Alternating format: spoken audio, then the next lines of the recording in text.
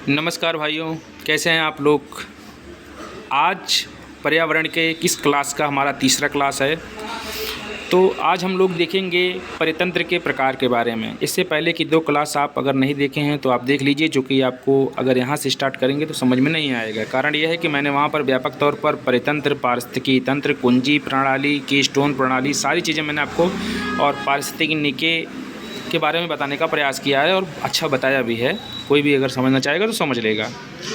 बाकी अगर कोई भी समस्या आती है तो आप हमें कमेंट लाइन में अपना कमेंट दे करके अपने फीडबैक दे सकते हैं। और आज हम स्टार्ट करेंगे परितंत्र के प्रकार। परितंत्र मैंने आपको बताया था कि पृथ्वी पर वह छोटा सा छोटा भाग या बड़ा सा बड़ा भाग परितंत्र होता है, जहाँ पर जैविक और अजैविक घटक आपस में रहते हैं और दोनों एक दूसरे के बीच में अंतरक्रिया करते हैं और एक दूसरे पर जीवन यापन करते हुए पर्यावरणीय स्थिति को बनाए रखते हैं। अगर प्रभाव भी डालेंगे, चाहे वो पॉजिटिव होगा चाहे नेगेटिव होगा, दोनों प्रभाव पड़ेगा और दोनों एक दूसरे के लिए ही जिम्मेदार होंगे। ठीक है, इसी को हम एक इन्वायरमेंट कहते हैं, इसी को हम पर्यावरण कहते हैं। तो उसी को हम परितंत्र भी कहते हैं, टाइप ऑफ इकोसिस्टम। तो परितंत्र जैसे सपोज मैंने एक स्थान बताया तो परितंत्र बता दिए। तो परितंत्र सिर्फ पृथ्वी पर ही नहीं होता है, धरती पर ही नहीं होता है। परितंत्र जो होता है वो आपका पानी में भी होता है, दलदल में भी होता है, तालाब में होता है, धान के खेत में भी परितंत्र होता है। अपना अपना एक अलग अलग परितंत्र है। जहाँ जैसे आप बना लीजिए एक्वेरियम, आप देखिए जो उसका एक अलग परितंत्र, सबसे छोटा परितंत्र एक्वेरियम है। मानव निर्मित सबसे छोटा परितंत्र जो है वो एक्वेरियम है, जिसमें मछली उछली घूमती रहती है। आप देखे होंगे कहीं डॉक्टरी उक्टरी में जाते होंगे तो वहाँ पर एक्वेरियम लगा रहता है, मछलियाँ घूमती रहती हैं, बढ़िया सजाए रहते हैं, वही चीज़ है। ठीक है, तो चलिए हम इसको समझने का प्रयास करते हैं। पारिस्थितिकी तंत्र या परितंत्र को मुख्यतः 2 भागों में बांटा गया है। तो परितंत्र को के प्रकार, तो एक होता है प्राकृतिक परितंत्र जो हमारे ईश्वर ने बनाया है, प्रकृति ने हमारी बनाया है, और दूसरा होता है मानव निर्मित परितंत्र। ठीक है, प्राकृतिक परितंत्र भी 2 प्रकार का होता है। एक उसको बोलते हैं स्थलीय परितंत्र, एक बोलते हैं हम जलीय परितंत्र। ठीक है, टेरेस्ट्रियल और एक्वेटिक। उसके बाद टेरेस्ट्रियल या स्थलीय परितंत्र को जो है 4 भागों में बांटा गया है। एक है वन का परितंत्र होता है। वनों में पेड़ पौधे, अलग अलग प्रकार के पेड़ पौधे होते हैं। घास के मैदानों का अलग परितंत्र होता है, किस प्रकार की घासें उग रही हैं, हाथी घास उग रहा है कि छोटे पुष्टाज घास उग रहे हैं कि प्रेरी घास उग रहे हैं, अलग अलग प्रकार की घासें होती हैं ना, तो उसका परितंत्र होता है। मरुस्थलीय से डेजर्ट क्षेत्र अलग अलग प्रकार के, सहारा का मरुस्थल अलग है और यहाँ कथार का मरुस्थल अलग है, ठंडा मरुस्थल अलग है, गर्म मरुस्थल अलग है। मरुस्थल में कौन कौन प्रकार से जीव पाए जाते हैं। टुंड्रा और टैगा सबसे पहाड़ी क्षेत्र, ऊंचाई वाले क्षेत्र होते हैं, यहाँ पर किस प्रकार के पौधे पाए जाते हैं, इसकी भी चर्चा की जाएगी। उसके बाद देखिए जलीय परितंत्र, जिसमें आलवड़ी होता है और लवड़ी जल भी होता है। फ्रेश वाटर को हम आलवड़ी कहते हैं, जैसे कि आपका सुपीरियर, मिशिगन, हेरोन, एरी, ओंटारियो जो झीलें हैं, मिशिगन झील और सुपीरियर झील जो है फ्रेश वाटर की झील है, सबसे बड़ी झील है। तो झीलों के वहाँ के परितंत्र के बारे में चर्चा की जा सकती है। तो आलवड़ी जल होते हैं। उसके बाद समुद्री, जिसमें लवड़ी जल होती है। मरीन समुद्री क्षेत्र क्या होता है, उसमें प्रवाल भित्तियाँ होती हैं, सारी चीज़ें होती हैं। संक्रमण के प्रकार, ट्रांजिशनल जोन मतलब होता है कि जलीय और स्थलीय के बीच में, जैसे कि आर्द्र भूमि हो गया, ये सब चीज़ें क्षेत्र जो हो गए वो ट्रांजिशनल जोन्स आते हैं, तो उसकी भी हम चर्चा करेंगे। तो आगे बढ़ते हैं। तो आप इसको समझ गए होंगे कि ये है, अभी मानव निर्मित परितंत्र के बारे में चर्चा नहीं किया गया है। ठीक है, तो सबसे पहले हम स्थलीय परितंत्र देखते हैं और स्थलीय परितंत्र के अंतर्गत हम वन परितंत्र पर चर्चा करेंगे, क्योंकि पहला वन परितंत्र ही है। तो वन पारिस्थितिकी तंत्र के लिए तापमान, आर्द्रता एवं मृदा अनिवार्य होती है। आपको पता होगा कि उत्तर भारत में सबसे ज़्यादा नाइट्रोजन और ह्यूमस की कमी जो है यहाँ की मिट्टियों में पाई जाती है। ठीक, तो ये आर्द्रता किस प्रकार की आर्द्रता है, नमी है यहाँ पर किस प्रकार की, यहाँ का तापमान किस प्रकार से है, जलवायु कैसी है, उसके बाद यहाँ की मृदा किस प्रकार की है, तो वनों के लिए ये ज़रूरी होता है। वन के प्रकार, टाइप्स ऑफ फॉरेस्ट। तो फॉरेस्ट जो होते हैं वो 3 प्रकार के होते हैं। एक होते हैं उष्णकटिबंधीय वन, एक होते हैं शीतोष्णकटिबंधीय वन, एक होते हैं शंकुधारी या टैगा वन। अब इसको थोड़ा बांट लीजिए, मैं आपको दिखाने का प्रयास करूँगा। ये सपोज दैट पृथ्वी है। पृथ्वी को जो बराबर अक्षांशीय रूप में बांटा जाए तो 2 बराबर भागों में, तो 0 डिग्री कर्क रेखा ये अक्षांश होती है। पृथ्वी को उत्तरी और दक्षिणी गोलार्धों में बांटती है। ठीक है, उसके बाद यहाँ से 23.5 अंश ऊपर जाएंगे उत्तर की ओर, तो ये होता है आपका 23.5 अंश नॉर्थ और 23.5 अंश साउथ। ठीक है,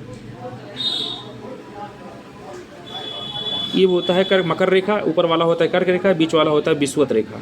यहाँ पर विषुवत रेखा के आसपास के क्षेत्रों में सबसे ज़्यादा बायोडाइवर्सिटी पाई जाती है, जैव विविधता। आगे इस पर चर्चा होगी, फिलहाल अभी इसको देखिए। और इन कर्क रेखा और मकर रेखा और विषुवत रेखा के बीच के क्षेत्रों को हम क्या कहते हैं? उष्णकटिबंधीय क्षेत्र बोलते हैं। तो उष्णकटिबंधीय क्षेत्र आपको पता चल गया होगा, ठीक है। उष्णकटिबंधीय भी दो प्रकार का होता है, एक सदाबहारी होता है जहाँ पर वर्षा की ज़्यादा मात्रा मिलती है, हमेशा वर्ष भर वर्षा होती है, वहाँ हमेशा हर वर्ष भर पेड़ हरे रहते हैं। और एक पर्णपाती वन होती है, मतलब थोड़ी दूरी पर। अब यहाँ पर थोड़ी, मतलब एक सेकंड में आपको बताने का प्रयास करूँगा। एक सेकंड।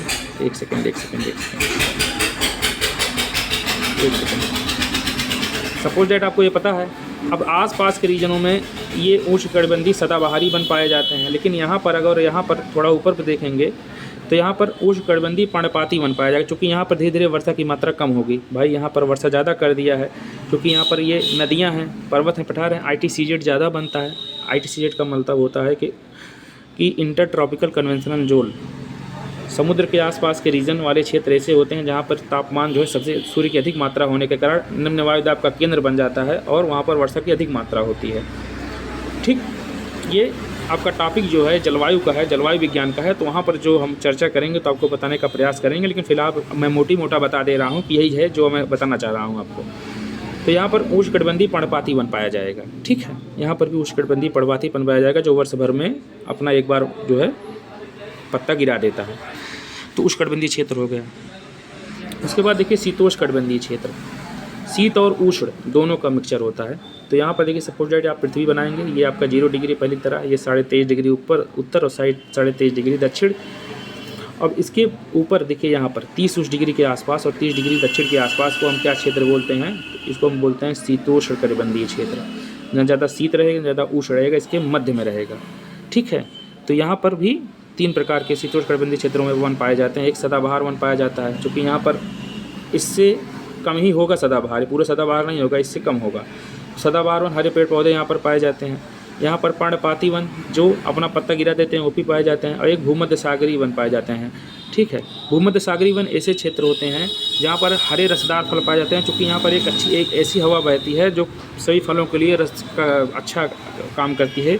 इसलिए भूमध्य सागरीय प्रदेश ज़्यादा उपजाऊ और फर्टिलाइज क्षेत्र होता है और मिडिल का क्षेत्र होता है। ये आपको पता होगा कि जो संक्रमण जोन का क्षेत्र होता है वो पेड़ पौधे और जीव जंतु और बायोडाइवर्सिटी के लिए बहुत अच्छा होता है। इसी कारण जो है यहाँ पर स्थिति दिखाई देखने को मिलती है। 40 से 45 डिग्री नॉर्थ और 40 से 45 डिग्री साउथ के बीच में जो है भूमध्य सागरीय क्षेत्र पाए जाते हैं। उसके बाद रहता है ऊपर वाला शंकुधारी या टैगा वन।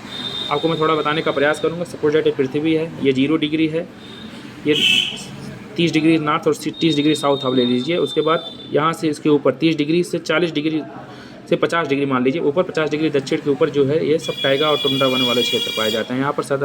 यहाँ पर आपको बता दें कि जो वन पाए जाते हैं वो कटीले पाए जाते हैं, क्रिसमस ट्री वगैरह आप देखे होंगे, तो वो सब चीज़ें पाई जाती हैं। इतना तो क्लियर हो गया होगा। ये भूगोल का टॉपिक है। जब तक आप ज्योग्राफी बेहतर तरीके से नहीं पढ़ेंगे आपको पर्यावरण नहीं समझ में आएगा, क्योंकि आपको पता होगा देखिए सारे सेगमेंट जो हैं वो कहीं ना कहीं जियोग्राफी से इंटरकनेक्ट हैं, ठीक। अब चलते हैं, हम थोड़ा देखते हैं वन परितंत्रों के बारे में। उष्णकटिबंधीय वन, उष्णकटिबंधीय वनों को 2 भागों में बांटा गया है, उष्णकटिबंधीय सदाबहार वन और उष्णकटिबंधीय पर्णपाती मानसूनी वन। मानसूनी मतलब मानसून समय समय पर आता है। जब मानसून रहता है तो पत्ते रहते हैं, उसके बाद जब मानसून चला जाता है तो पत्ते यहाँ झड़ जाते हैं। फिर मानसून के समय धीरे धीरे बसंत ऋतु आती है, वहाँ फिर उसके बाद फिर मानसून के समय में फिर पत्ते आ जाते हैं। ये इसका नियम होता है। अब यहाँ पर देखिए उष्णकटिबंधीय सदाबहारी वन। सदाबहार का मतलब होता है यहाँ पर हमेशा जो है वर्षा रहती है। जैसे सपोज दैट ब्राज़ील का जो है, ये आपका ब्राज़ील का जो क्षेत्र है उसको क्या बोलते हैं, वहाँ पर लानोस सेंटोस वाला क्षेत्र होता है। तो वहाँ पर देखिए तो हमेशा जो है अमेज़न वर्षा वन, यहाँ पर हमेशा जो है वर्षा रहती है, उसको धरती का फेफड़ा बोलते हैं, वही चीज़ है। यहाँ जैसे भारत में आपका ये पश्चिमी घाट हुआ, साइलेंट वैली वाला रीजन, ठीक है। कमेंट में बताइए कि पृथ्वी की किडनी किसको कहते हैं, ठीक है। उष्णकटिबंधीय सदाबहार वन विशेषता है, ये मुख्यतः भूमध्य रेखा के उत्तर एवं दक्षिण में 28 डिग्री अक्षांश तक विस्तृत हैं। मैंने आपको पहले बताया था 23.5 डिग्री उत्तरी और 23.5 डिग्री नॉर्थ, तो 5 डिग्री इधर उधर आप उन्होंने ले लिया है। साल भर वर्षा समान जलवायु रहता है, तापमान एवं आर्द्रता बहुत अधिक रहती है और वर्षा साल भर होती है और औसत वार्षिक वर्षा 200 सेंटीमीटर से अधिक होती है। मैंने क्लियर ही किया है। यह लेटेराइट प्रकार की मिट्टी पाई जाती है। ये आप नई चीज़ जान लीजिए। यहाँ पर उष्णकटिबंधीय सदाबहारी वन जहाँ पर वर्षा की मात्रा अधिक पाई जाती है वहाँ पर लेटेराइट प्रकार की मिट्टी पाई जाती है। ठीक। और वनस्पतिक विशेषताएँ यहाँ पर किस प्रकार की है इसको देख लीजिए। तो वनस्पतिक विशेषता यहाँ पर है कि यहाँ ऊंचे वृक्ष की अधिकता होती है। कारण यह है कि जब वर्षा की मात्रा अधिक होगी, यहाँ पर ह्यूमस की मात्रा अधिक होगी, मिट्टी की गुणवत्ता अधिक रहेगी, तो ऑलरेडी ये बात है कि वृक्ष ऊंचे और अच्छे होंगे, बढ़िया वो जो है वातावरण को शुद्ध किए रहेंगे। वृक्षों की ऊंचाई 30 से 40 मीटर तक होती है। वृक्षों के ऊपरी भाग में शाखाएँ निकलकर मितान या कैनोपी बनाती हैं। बहुत ज़्यादा छायाकार, मतलब अगर मितान का मतलब होता है एक यहाँ से निकाल के यहाँ से कहीं बड़ा छायादार, फिर यहाँ से निकल के ये छायादार बना लेती हैं, इसी को मितान कहते हैं। ठीक है, मतलब कई श्रृंखलाएं जो होती हैं निकलती रहती हैं। वृक्षों की पत्तियां चिकनी, मोटी और सदाबहार होती हैं। मितान के कारण प्रकाश जमीन तक नहीं पहुंच पाता चूँकि घना ज़्यादा होता है, अतः धरातल पर वनस्पति बहुत ही कम मात्रा में होती है। भाई देखिए, एक पेड़ के नीचे दूसरी पेड़ आप देखेंगे तो वहाँ पर वनस्पति जो छोटी छोटी होंगी भी उसको देखेंगे तो बहुत कमज़ोर और हल्की होंगी, और उनको उखाड़ेंगे तो सफ़ेद और पीली दिखाई देंगी। कारण ये है, अभी आप देखेंगे जा करके जहाँ पर कहीं ना कहीं आप देखे होंगे अपने जीवन में, अगर बचपन सामान्य तरीके से गुजरा हुआ होगा तो आप इसको देखे होंगे जा करके कि वो जो है वहाँ पर सफ़ेद या पीले पीले पेड़ पाए जाते हैं, छोटे छोटे। उनका विकास ज़्यादा नहीं हो पाता है। कारण यह है कि सूर्य का प्रकाश पहुँच ही नहीं पाता है, प्रकाश संश्लेषण क्रिया हो ही नहीं पाती है। तो पौधों को कार्बन डाइऑक्साइड कहाँ से मिलेगा, पोषक तत्व कहाँ से मिलेंगे, तो यही चीज़ें होती है ना। यहाँ अधिपादप या इपीफेट और कंठ लताओं लीना की प्रधानता होती है। मतलब कहने का मतलब यह है कि पेड़ के ऊपर पेड़ जम जाते हैं और कंठ लताएँ आप कभी कभार देखे होंगे, वृक्ष के ऊपर जो है कुछ लताएँ से जम जाती हैं। ठीक है, बरगद के पीपल के वृक्षों को देखिए या आम के वृक्षों के पेपर देखिए तो वहाँ पर कुछ लताएँ जम करके वह नीचे तक लटक जाती हैं, आप देखे होंगे, तो उसी को कहते हैं। वृक्षों में मुख्य रूप से महोगनी, अनाबूस, रोजवुड, चंदन के वृक्ष हैं, अनाबूस, महोगनी और आदि कठोर लकड़ी वाले वृक्ष पाए जाते हैं। ठीक है, तो महोगनी, अनाबूस और रोजवुड।